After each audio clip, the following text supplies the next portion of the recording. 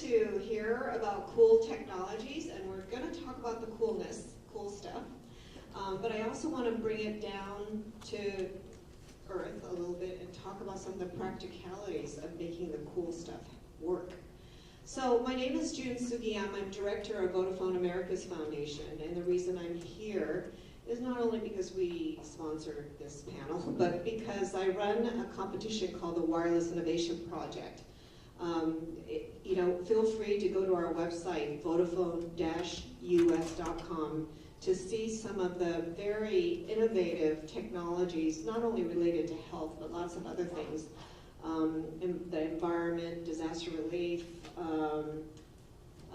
economic development, so forth. But most of our applications that come in are related to health. And so we have two of our winners who have the cool technologies, and also a practicing medical doctor who loves to use the technology and kind of puts everything into perspective. So to introduce you to Shivo Roy from, you're at UCSF, right? They didn't give me the other titles, but he is a co-founder of Smart Diaphragm. And then we have Teresa Crevel, also co-founder of a project company called Neopenda. And then we have Dr. Enoch Choi, also part of Jordan International Aid, and also a practicing physician locally here in Palo Alto. I'm going to have each one of them talk about their project, their cool project first. And then Dr. Choi can talk about some of the cool technology that he's actually used in the field. But then I will, like I say, kind of bring it down to how you make things work. I'm first. So I'm Teresa Cavell. I'm a biomedical engineer and co-founder of Neopenda. We're a social enterprise startup that has the mission of helping reduce newborn mortality in low-resource areas. So I was going to give a little context to this problem.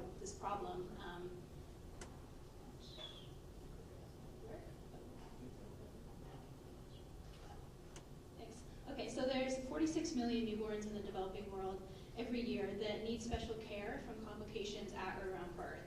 And unfortunately, many of them are not getting the care that they need because the WHO, according to the WHO, 80% of newborn deaths are preventable and treatable. So this problem has a lot of factors that contribute to it, and one of the major problems that my team identified in our time in Uganda is the problem of understaffing. And so in these newborn units in these hospitals, a single nurse might be responsible for 30 or 50 critically ill newborns at a time. And unfortunately what happens is that a newborn in the corner might stop breathing and maybe even die because no one noticed in time. And so this problem of understaffing is really contributing to these preventable deaths. And they also are severely lacking in equipment, particularly vital signs monitoring equipment. So Neopenda is trying to get at this area of unmet need where the vital signs monitors that we have every baby in a NICU here in the States hooked up to, they're just far too expensive and not appropriately designed for a low resource setting. So we're trying to provide appropriate and affordable monitoring through these low resource NICUs so that the nurses and doctors can have faster response times, so that they can catch problems sooner and improve health outcomes for their newborn patients. So we started this device, working on this device while we were graduate students at Columbia University. It's a wearable vital signs monitor that continuously measures heart rate, respiratory rate, blood oxygen saturation, and temperature. We've evaluated with neonatologists both here and in the low-resource countries that these are the 4 metrics that are really important to track in critically ill newborns. So the device is designed to be very rugged, it's small and very lightweight, as well as inexpensive and having a very low power consumption. So the vital signs are wirelessly transmitted to a central user interface where the nurse and doctor can efficiently view the health status of all the babies in the room and be alerted when their vital signs go out of a healthy range. So that's sort of our technology in a nutshell. The technology itself is really pretty simple. As I'm sure you all know, wearable sensors are everywhere now. It's a huge growing field, and the manufacturing price points have really come down. So we're trying to apply this to a really important application and really meet this global health challenge. More. So in deploying this technology, there's a few components that are challenges to us and as we're trying to meet our goal of having a high impact on neonatal mortality rates and morbidity rates. The first is appropriate design. So we need these devices to really last over there on the ground, and we need the system to be efficiently integrated into the nurse's existing workflow. We also need the system to be standalone, so we want it to be ready out of the box and not be dependent on hospitals' wireless or power infrastructures. It also needs to be a scalable solution, so we're trying to sell it in sets of about 15 wearables, and we have a plan to sort of expand within Uganda in piloting and then expand to other countries that are also in need. And then lastly, we're a for-profit social enterprise, so another challenging component is developing a business model that enables us to be sustainable financially long-term as well as creating high social impact. So there's a lot of challenges to develop these kind of business models, but we feel it's the best way to sustainably bring a technology solution to developing markets. So that's the introduction to NeoPanda. Great. Thank you. Okay, so we have Shivo Roy from UCSF and also co-founder of Smart Diaphragm. I've got a few animations. Maybe just to start doing it here. So we are dealing with the topic of preterm birth, and as you see, the numbers are staggering. 15 million preterm babies a year. And we look at these numbers, 34, 60, 70, but look at what this means. We've got more than a third of all infant deaths are because of preterm birth. And much of this is outside the developed world, and 70%, almost 3/4 of these patients, these little kids, are likely to die. And what's fascinating to me was the rates in the U.S. and the developing world are not different statistically from that in the developing world. And that's the cost we have here. So what's our solution? Our solution is to detect the onset of preterm birth before the symptoms manifest themselves as typically they are detected in the hospital. So the idea is you have a sensor that you can apply on the cervix during a critical pre-labor window that we call it, that interrogates the cervix to monitor the changes in collagen content through a combination of sensors and use that signature, the algorithm, to predict the likelihood of preterm birth in the coming weeks. And that's what we call the Smart Diaphragm. So where are we? We've developed through Vodafone Foundation support and subsequently other funding, we've been able to develop the prototype device that is actually in clinical trials today in San Francisco General and the UCSF Medical Center. As you can see, it's a sensing system that combines electrical impedance with optical fluorescence. And here is sort of the next generation of the sensors that are going to move into low resource settings. And currently we have started a pilot study discussion with South Africa, Kenya, and Uganda will most likely start with South Africa. And you can see the generations of technologies where you move from a long rod connected to a USB dongle to one that's going to be a wireless device. So imagine this, the device gets put on the cervix, interrogates the sensor, the cervix, sends the data out. I'll show you how that's done. And then you're able to monitor the onset, the likelihood of onset of preterm birth. Where did this come in? In a country like ours, the rural area is very important. But in the general overseas environment, the wireless infrastructure is key to making this successful. So we built a semi-generic platform where we use the wireless telephone infrastructure as a pass-through. So for those of you who are familiar with the FDA, the phone is no longer the device, but a pass-through of information that goes into a remote database in the cloud where the signal algorithms are processed, and the data can then be shared with the patient's family or the physician, and the decisions can be made about triaging whether the patient needs to go to the hospital, the mom, or can be treated locally. hope to go to South Africa later this year. Thank you. Great, thank you. So, do you want to say something? Sure. Okay, so it just so turns out the two cool technology that we're talking about first has to do with babies, which is, I think, serendipitous. But we'll have Enoch talk about some of the cool technologies that he deals with for some of his relief work with Jordan International Aid.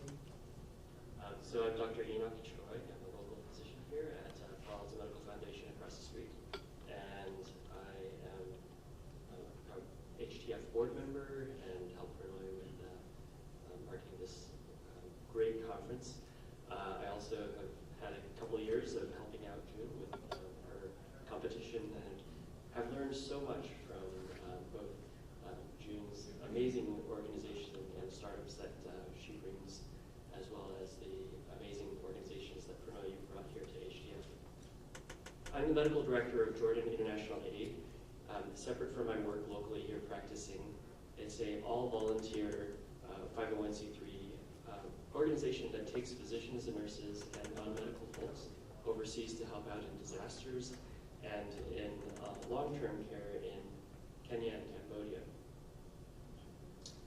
The difference between our organization and many people say, well, aren't you Doctors Without Borders? No, actually those folks need the physicians to take like 1 to 3 years off a sabbatical, and we instead take my colleagues that are locally here and all over the country to go abroad and help out in short-term deployments, which is more, people are more able to take a little vacation time off to go abroad. We've responded to most all of the disasters in recent history this past year, to Nepal, to the Philippines after their typhoon, to Japan after their tsunami, and to 14 trips to Haiti after their earthquake. And you may wonder, well, what benefit does it have? The benefit is that with an all-volunteer organization, we're very nimble and we can respond. We've had boots on the ground within days after their earthquake in Haiti, and deployed physicians and nurses that had the passion to go on a monthly basis for 14 months after. So it seems like a small amount of care provided, but it's in a very important time where people have needs and many times have no access. Even locally, for example, in Katrina, my dad and I were the first 2 docs in New Orleans when they reopened the St. Bernard Parish. It was sad to see how little care was available even to our own local Americans, and just shocking to see how here in the United States we can have potential problems as well.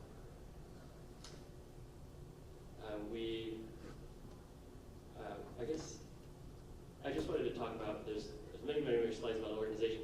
The cool wireless technologies that we've used have to do first with powering those wireless technologies, because we can't, we're always off grid. We're out in very remote rural areas where there's not only no healthcare, but there is no power. And so, or the grid is so unreliable that we really depend on bringing solar power. And those are solar suitcases with We Care Solar, which I believe was a previous winner, or supported. Or I might be mixed it up with another judging organization I've done with the Tech Museum and Santa Clara University. I think they won one of their awards. In any case, we bring those suitcases down for power.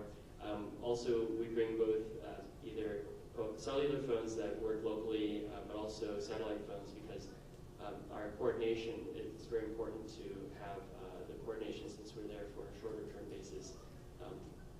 And it's important in our preparations. For example, this coming month I'll be going to Kenya in preparation for October deployment, and our mobile communications are essential.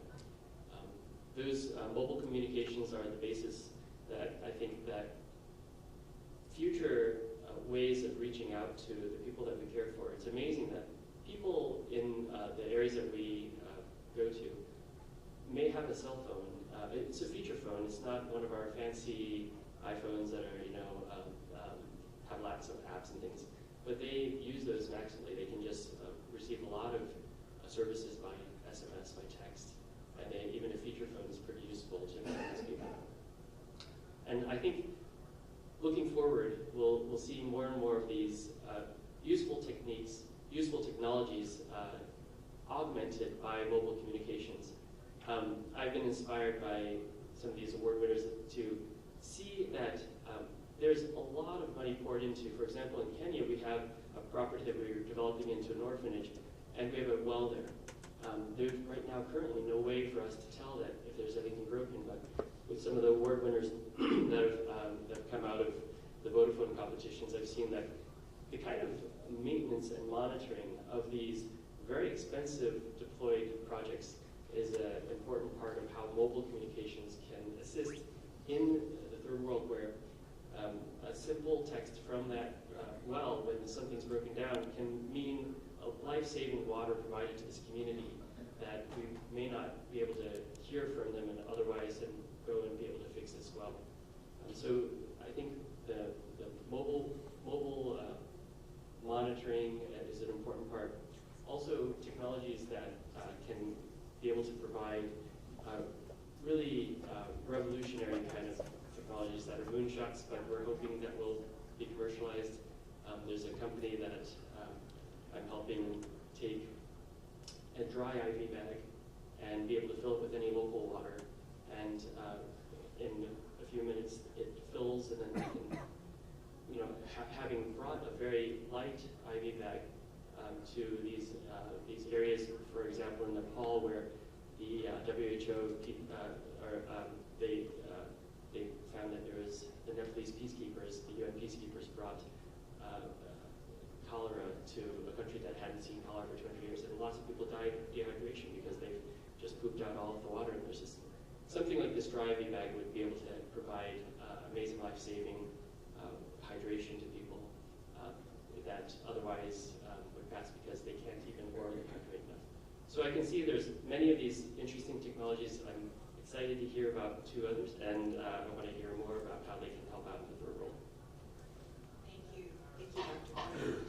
So while running the competition, what I've found about the people who have come up with great innovation is obviously we're a wireless company, so they have wireless technology, and the wireless phone, the mobile phone, is ubiquitous all over, even in the furthest corners of the world. But what we found with some of these people who have these technologies is not only the intelligence and the ingenuity to create this technology, but two other key facts. One is I found that they have extreme passion and the knowledge for the people that they're helping and their environment. And then number two, actually three, number two, they don't stay complacent with the product that they have.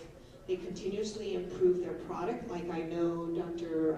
Roy's group, they're in their, what iteration are you at now? I mean, yeah, 7th. And within a year they were at the 5th or something like that. And then lastly, they have use of data.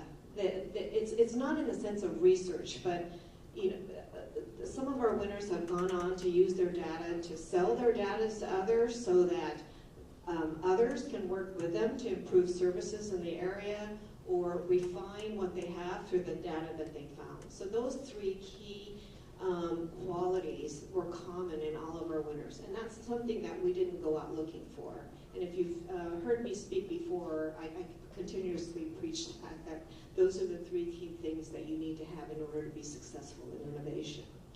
But back to our coolness here, we find that technology plays a vital role in developing countries, and this is, in places where we're not talking about developed countries, we're talking about developing countries, where the people who are providing the services are not clinicians or physicians or nurses. They are untrained and most of the time unpaid.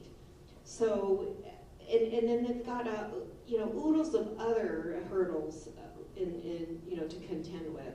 So if I can start with you, Dr. Roy, about some of the things that you should consider in order to make these cool technologies successful, what would you say? Thank you, June. I can share from our experience some of the lessons we've learned. And I think one of the lessons is don't try, first of all, to solve all the problems in the lab here in the US or wherever you are. You have to get out in the field. Whether that is a hospital setting here or going out to the developing world, go out there, you're going to learn a lot. And just sometimes you won't be able to predict what you'll learn. So one of the things we've learned is you have to think who the end user is. Is it the patient? And the patient in Uganda or South Africa or Bangladesh is very different at some level from patients that have access to high quality healthcare here. So you'll have to work with the patients and the people that work with those patients. And most often it's not the same level of training we have. Second, the cultural aspects. We actually going to put the device in the cervix. So that sounds cool, I can get a lot of signals, but in some cultures, that's very risque. And you actually have to not only involve the woman and the physician or the fetal maternal healthcare unit, whether it's a midwife or others, but sometimes you have to get the permission from the husband. And if you don't take that into account, your clinical trial can't even get started. So one of the points I'll make just is that you actually have to think about where are you going to use it, and start thinking about acceptability and the usability in that context.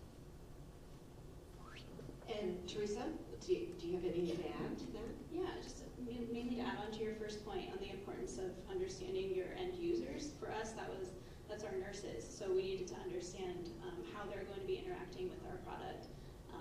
And they may be trained, but they may not particularly be trained with neonates. And so we have to understand how it's going to fit into their workflow, how they may be familiar with a cell phone, but not with a Bluetooth device or those sorts of things. So we have to consider where they're coming from in terms of culture, technology, their training, and make sure that it's something that they can use easily in their everyday life. So unfortunately what happens a lot is equipment is donated and then the nurses can't use it, it breaks, it ends up in a drawer in a back corner somewhere and they never use it. So we really don't want our product to be like that. We want it to be something that's used and reused and has a big impact. And so a huge part of that is understanding the user, working iteratively with those users to refine the design, and then training them at the end so that they can use it effectively. So you're talking about good relationships. Absolutely. Yeah. So we spent time in Uganda mostly interviewing nurses and physicians about their thoughts on the product, what their needs are, and how to make it work for them. So I forgot, now that we've gone through the 3 points, key points that some of our winners have had, I think the additional point would be that they have finesse, that they can build key relationships. One of the reasons why we have some of the finalists come in front of our judges in person is so that they can look at us in the eye or look at the judges who come from different backgrounds in the eye and convince them of the use of their product and the effectiveness of their product. And that has to do with finesse and the ability to have personal relationships. Now, Dr. Choi, you work in post-disaster, which is very different from just straight being in a developing country per se. What are some of the key things that you have to think about? I know you have covered it a little bit, but. I think additionally I would say that working with the local health resources for example, in the Philippines, we worked very closely with the director of public health in the area because that physician was able to send nurses and medical students with us who are essential since we don't speak Tagalog and we don't understand the culture as well. To be able to translate the patient's needs and also have a way of providing care after we left. Not only did that local health director show us exactly where we needed to go each day and sometimes provided some transportation to get there, but by knowing the greatest needs, and then having the nurses and medical students come with us, they had some education, they could continue to use the medication we brought. We brought some 80 bags, many tons of medication over, and so they could continue to provide that care.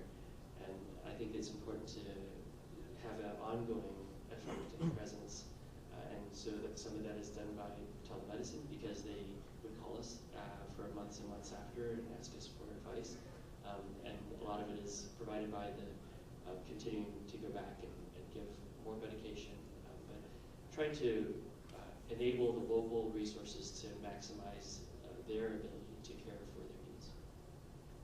So with that, I mean, I'd like to continue in the same line. What about partnerships? Partnerships on the ground and partnerships beforehand and here? Sure. Okay, So I'd Teresa. say strategic partnerships are a huge key to us getting our product to the people who need it. We're still very early stage. We're entering sort of this validation phase, and the partnerships that we are developing or we have developed to really get it there are with our clinical partners in Uganda. So one of the only fully trained neonatologists in the country is our PI for our first pilot study. So I feel like those sorts of partnerships where you're getting to know the key players in the space in that setting, and you have opportunities to expand and to grow our reach within Uganda and then beyond. So we're sort of approaching it as phases of developing these partnerships to really implement in Uganda, and then how do we expand? What partners do we need to kind of go global, go regional, go global? Yeah, again, I completely agree. I think the way to build partnerships has to be strategic as well. And luckily for us, there's been a lot of resources in the Bay Area that have opened the doors to others in South Africa, Kenya, and Uganda, for example. And what you do is take advantage of the funding supporters, whether it's Vodafone, in our case, and Gates as well. We reach out through them. What's your network? And then you're starting to, instead of having to discover this by yourself from the ground zero, you can take advantage of their relationships, their trusted networks, and start introducing yourself and your product into that community. So I think it's very important to have the partnerships, and sometimes it's informal. Sometimes you need to have formality. You need to have an NDA in some cases for whatever reason you need to have product protect the intellectual property. That can be in some countries very hard to do. So sometimes you have to say, you know, I don't really care about intellectual property protection.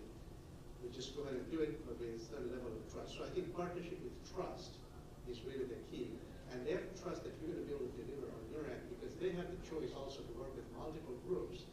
And if from their perspective, they're investing time in you as well. So speaking of partnerships, I mean, you're entering into another country. So what about relationships with government? And then another big organization that I'm very familiar with, like the carriers. You know, the partnerships for us are really important. We can't operate in the third world, in those locations without the clearance from the local medical authorities. And oftentimes we find many dozens of different doctor groups will show up, and sometimes all their medication will be confiscated because they hadn't been pre-cleared. They hadn't been cleared by the government to come and operate. It happened in the Philippines quite a bit. There's just piles of things that happened that piled up in Manila because they hadn't had a clearance. So the local partnerships are so important. The ability to bring in phones with the right carriers are really important.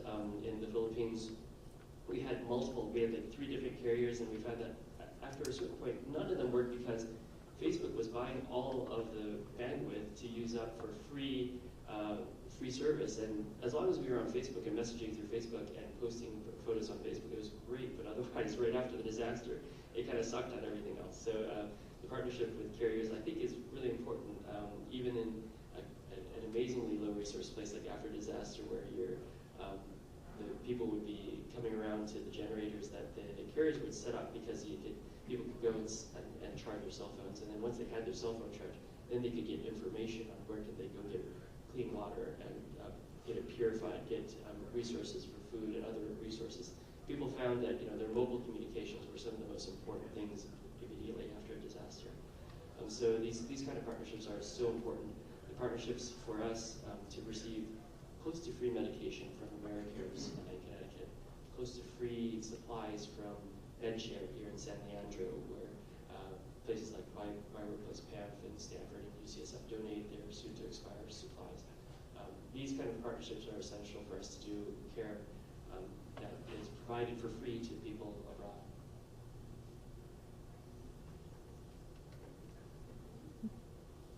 In terms of working with government, we're sort of just starting to have those conversations, and they are a little slow going, working with the Ministry of Health in Uganda per se. But what's been a good entry point for us is we have a partner with the Ugandan Pediatrics Association, and so being able to have sort of a champion on the ground to help us navigate the regulatory process and the sort of working within the government's existing newborn health initiatives has been really important to be able to have someone there who's sort of our champion. I just want to add, I think we have many of us, the technologists, we have the clinical service side. I think having people that are a different skill set, not necessarily the same technology, maybe more sales and marketing, and is really important. If they understand your technology, even that's even better, but you do not need to have someone with a technology clinical background, but somebody who believes in the mission that you're doing. And if they subscribe to your technology and the goal of the technology, recruit that person and make them part of the team, because often that person, in our case, becomes the best seller of the idea. And then they can go and cultivate the relationships and help you navigate through the maze, some of the bureaucracies that exist in these countries. And so now we're talking about relationships, we're talking about the technology itself and what's involved. So all of this costs money. And what do you think about that? I mean, there's different ways, right? Grants from foundations, companies sponsoring you, governmental funding, and even VC money. What do you have any comments on your best resources? All right. So our company is still very early stage, so we're sort of in the early stages of getting funding, and our initial funding really came from us. We were graduate students from like university business fund competitions and various prizes and grants that we could apply for and compete at. And we were pretty successful at getting that sort of first stage of funding going so that we can move into our validation testing, our first pilot studies. And then we started to have some of those initial conversations with like impact investors, people who are interested in these startups that have innovative technologies that will have huge social impact. So we think there is potential there, but it sort of comes along with how do we prove that we're going to have impact and that this is going to be scalable. So once we can sort of get that data in, then we can start to talk to these investors and to the larger partnerships with the big NGOs. Dr. Roy. Yeah, sure. So first of all, I know we're in the center of Silicon Valley, Sand Hill Road. For those of you who know, this is the venture capital place in the world. Our products then fit their metrics. They're looking for products that they want to exit in 2 to 3 years, 10 to 100x return. And we just don't excite them from that perspective. Now, though, what happens, and many times we do this, they want to listen to the idea, and we actually get excited. We spend a lot of time going up and down Sand Hill Road, all these VC firms, thinking they're interested. So my lesson from all this is, you can, with some experience and some senior guidance from others who are familiar, can quickly say, if that's not the metric that they care about, let's not spend time with them. We'll get some information and move on. What we found the most helpful is the foundations, Vodafone. We found family foundations, very helpful as well. We got the initial seed, if you will, from the Vodafone. We will demonstrate some metrics, recruited patients in the Bay Area. Then we will use that data to go to another foundation, the Gates Foundation, that then gave us the money to get us technology further developed and now into South Africa. But what I've learned there is that there's actually lots of money. If you believe in this project, like my team members do, they figure out ways how to drive it to key milestones. Sometimes there's a lot of money. The money may not be huge in quantity, but there's money to achieve milestones.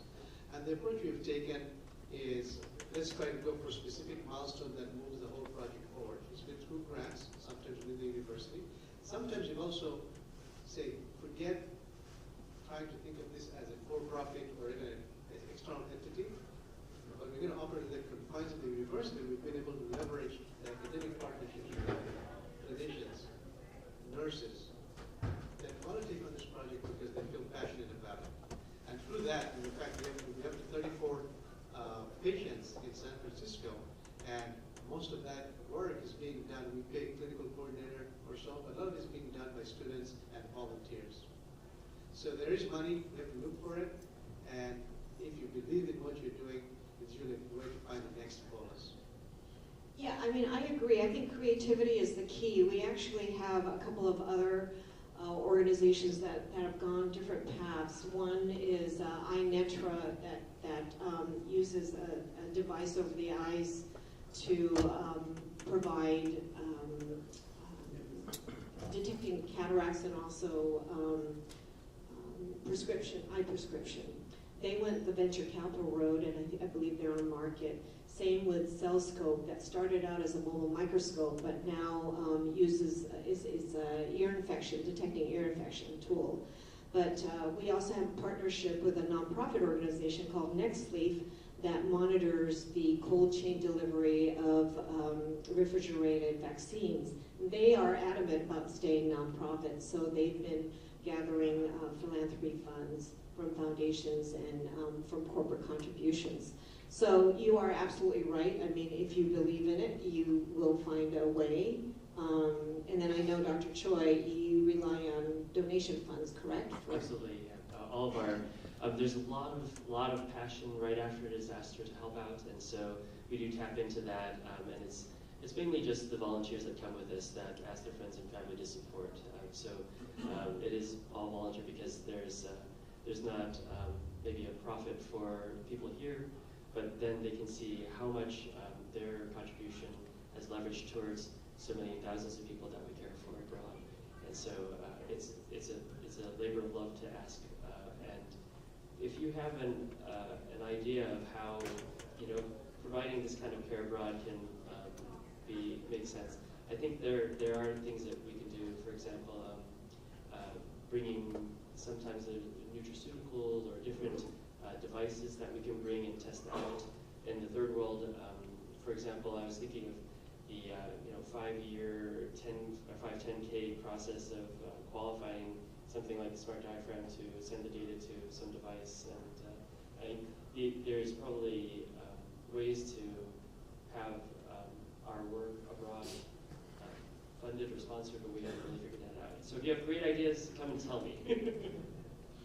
So one of the reasons I brought down, from the higher ground talk, just, the sexiness of the cool technology all the way down to the practicals, mainly because,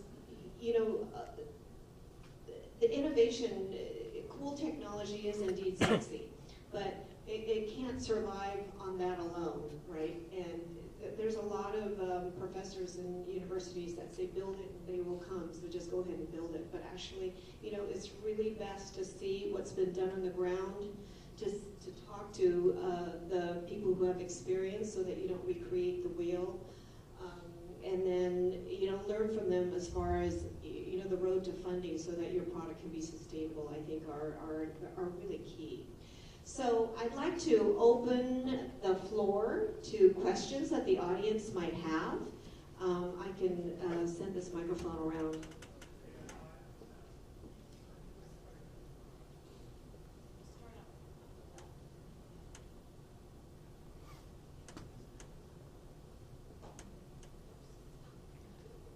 Hi, this is a technical question for Teresa. Are you able to comment on the sensor that was used for measuring blood oxygen saturation level?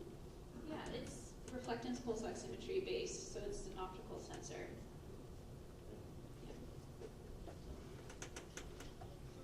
You were talking about partnerships. I wanted to get some maybe specific understanding about partnering with Vodafone. The IoT and wearable space is transitioning away from a mobile phone as the connectivity component and getting the cellular component embedded into the devices, which brings a lot of efficiencies and reduces a point of failure. But one of the realities of doing that is the company that's actually doing that, usually a small company, has to go through a carrier certification process. which can be very expensive and time consuming. What's Vodafone doing to actually bring down that barrier so that more of those devices can be developed and deployed? Yeah, that question has been asked to me quite often.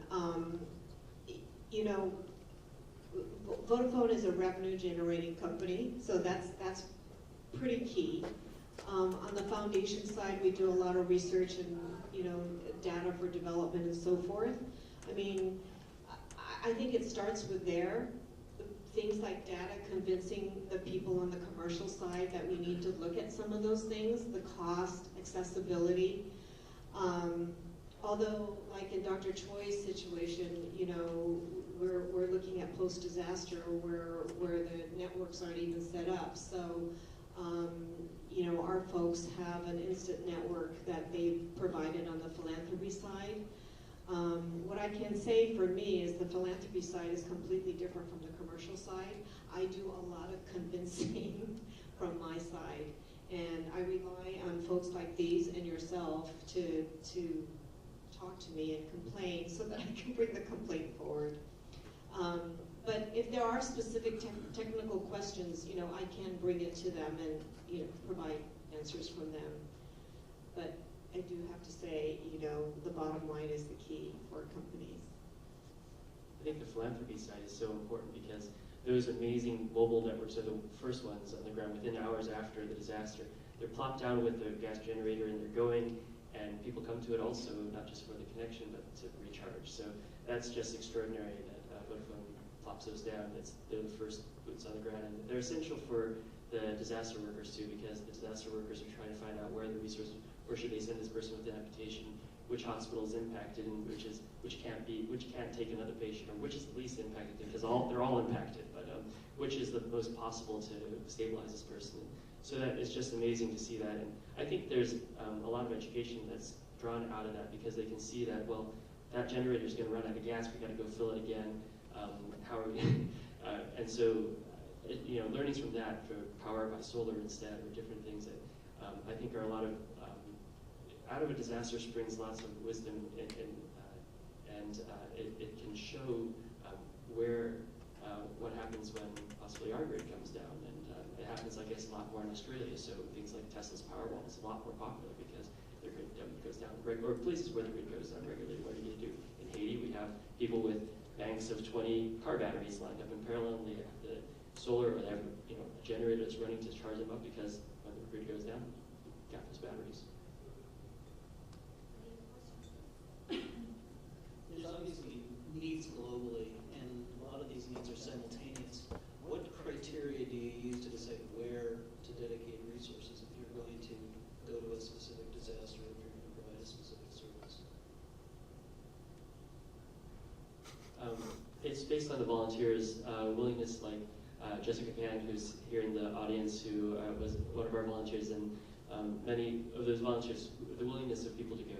And first, the head of our organization to go and be boots on the ground days after the disaster to come back and tell the story of the needs, and then share that need and have people hear and to catch on to the passion to help those needs, which I think is the same process that these entrepreneurs are doing.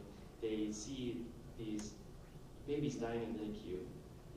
There's no way that one nurse can care for dozens of children, of these babies that are dying, but for the need for monitoring that could alert that nurse to find that one child that among the dozens of children is dying, but they can't tell because there's so many children. It's that same kind of response to the stories, and I'm hoping that you guys would have the same kind of perking of interest to be willing to respond to these amazing stories of women whose children are dying or early gestation because they're having preterm labor, but for very inexpensive medication like calcium channel blockers that are cents on the dollar that could be provided to them. They could get a couple more weeks in, so they could get to a tertiary care center and be able to hopefully deliver at a time when the baby would be at a greater risk of surviving. So as far as Vodafone's Instant Network team, they have employees that are trained and ready to be deployed in several of these units, the backpack unit as well as a smaller recharging unit I think they just created, and a huge network a few cases. I also know that SoftBank, the Japanese company, is working on several innovations as well, mainly because of the fact, after the tsunami happened, that they weren't really well prepared, so they invested quite a bit for new innovation, and a lot of other telecoms are doing that as well. And some of the Red Cross and the Red Crescents are prepared with now technological solutions, as opposed, not only the manpower, but also equipped with technology. Hi, I really admire the work that you're doing, and I think it's fantastic around the world. But just getting back to the U.S. and our infrastructure gaps for wireless and broadband, and to the point that our preterm births are at the same rate as Africa, but we know that there's many other industrialized countries that have much better, much lower rates of preterm deliveries. How are we working in the U.S. around this, and what can you tell us about that?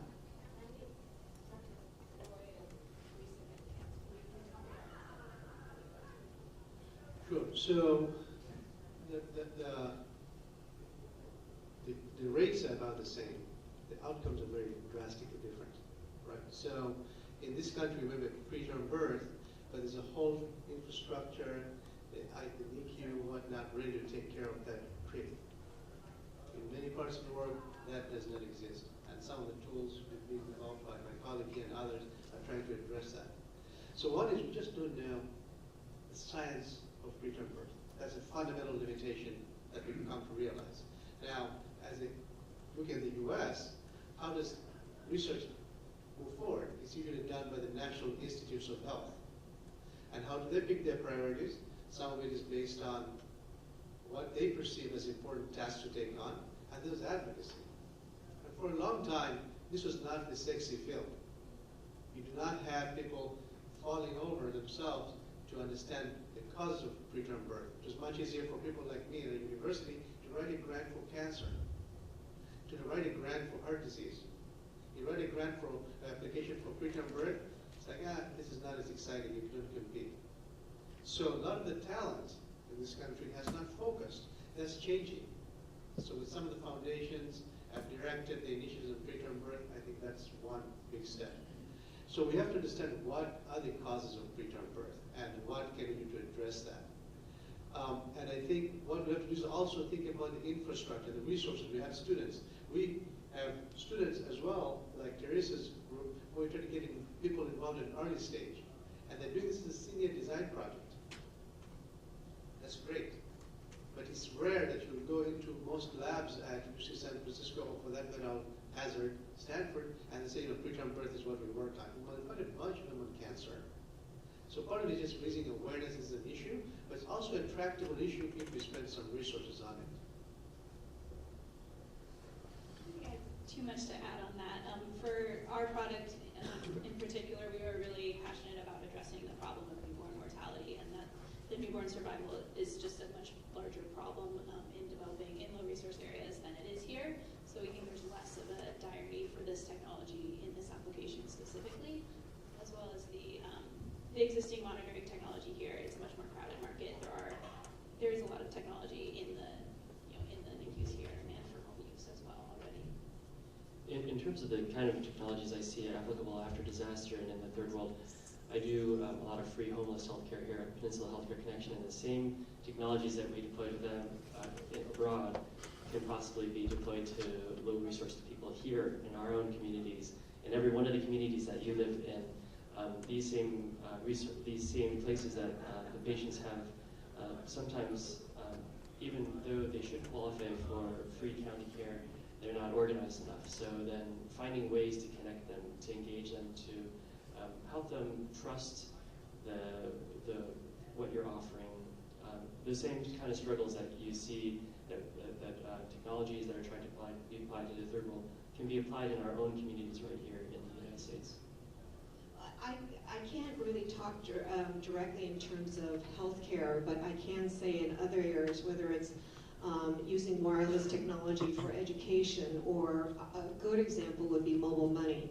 If you look outside of the US, like for example Tanzania and Kenya, and how mobile money has flourished and changed whole economies, and how everybody is using mobile money, and how long it's taken here in the US to adopt that, and I don't even know if it's really going to be adopted. Mainly, I think the hurdles are the infrastructure. The infrastructure is a little bit too embedded and built already, whereas in developing countries there is a grassroots need for some of these, and you can, banks are willing to partner, healthcare, government is willing to partner with organizations to try out new innovation. Whereas here in developing countries, you have, banks who want to protect, their turf, and you have healthcare where you have to make sure everything is tested and go through FDA, and you have competition, and for telecommunications, I mean, we started with landlines, and there are people that still believe in landlines as opposed to mobile, believe it or not. So, and you're talking about privacy, security, and safety, and all of that. So, those are some of the hurdles that healthcare especially, that we have to lead through, and that might be why, some of the technologies aren't reaching here in the U.S. So I believe we are out of time. I hope this was helpful to everybody. I wanted to have everybody go around and have one thing that they wanted to say. Do we have time for that? Yes. Yeah, quickly, one thing that you wanted to leave people here thinking. So I think the one thing that I learned was there's a lot of people in this country that are interested in the projects that involve cool worlds. We should take advantage of that. They can innovate. And some of the age of innovation happens not at the level of research university, the top tip, but at the level of the community, at the level of undergraduates and beginning graduate students. So folks like that should be encouraged. Bring in the high school students. They're familiar, as you all know, with phone technology much more so than some of the rest of us. So you'll find that one place to engage is to take advantage of that group of people and start telling them what the problems are, and you'll be surprised with what kind of solutions come back. My piece of advice was going to be to physically go to the place where you want to serve the population as soon as possible. That was a huge opportunity for me with my team as an engineer to learn about the users and their needs and the conditions, and also just to sort of cultivate my passion for our mission. So I say, if you have the opportunity and you want to work on an innovative technology, then go there and talk with the stakeholders and really learn about the setting. So my plea is for you to find someone that your technologies that you're developing, the services that you're providing, and just experience that with them. Try to understand their desire for it, their need for it, and for me that happens to be in the third world and after disasters, because as you open your eyes to those needs, or open your eyes to the communicating with these people who maybe have great need for your product, for your advice, that can open your own heart to being more communicative and understanding people in your own relationships. I think it's actually, as much as my wife is a pediatric cognitive therapist, it's been a way for me to be inspired to be more sensitive and be more able to more relate better, even personal relationships. So I think it's not just something to make your products better, but to make you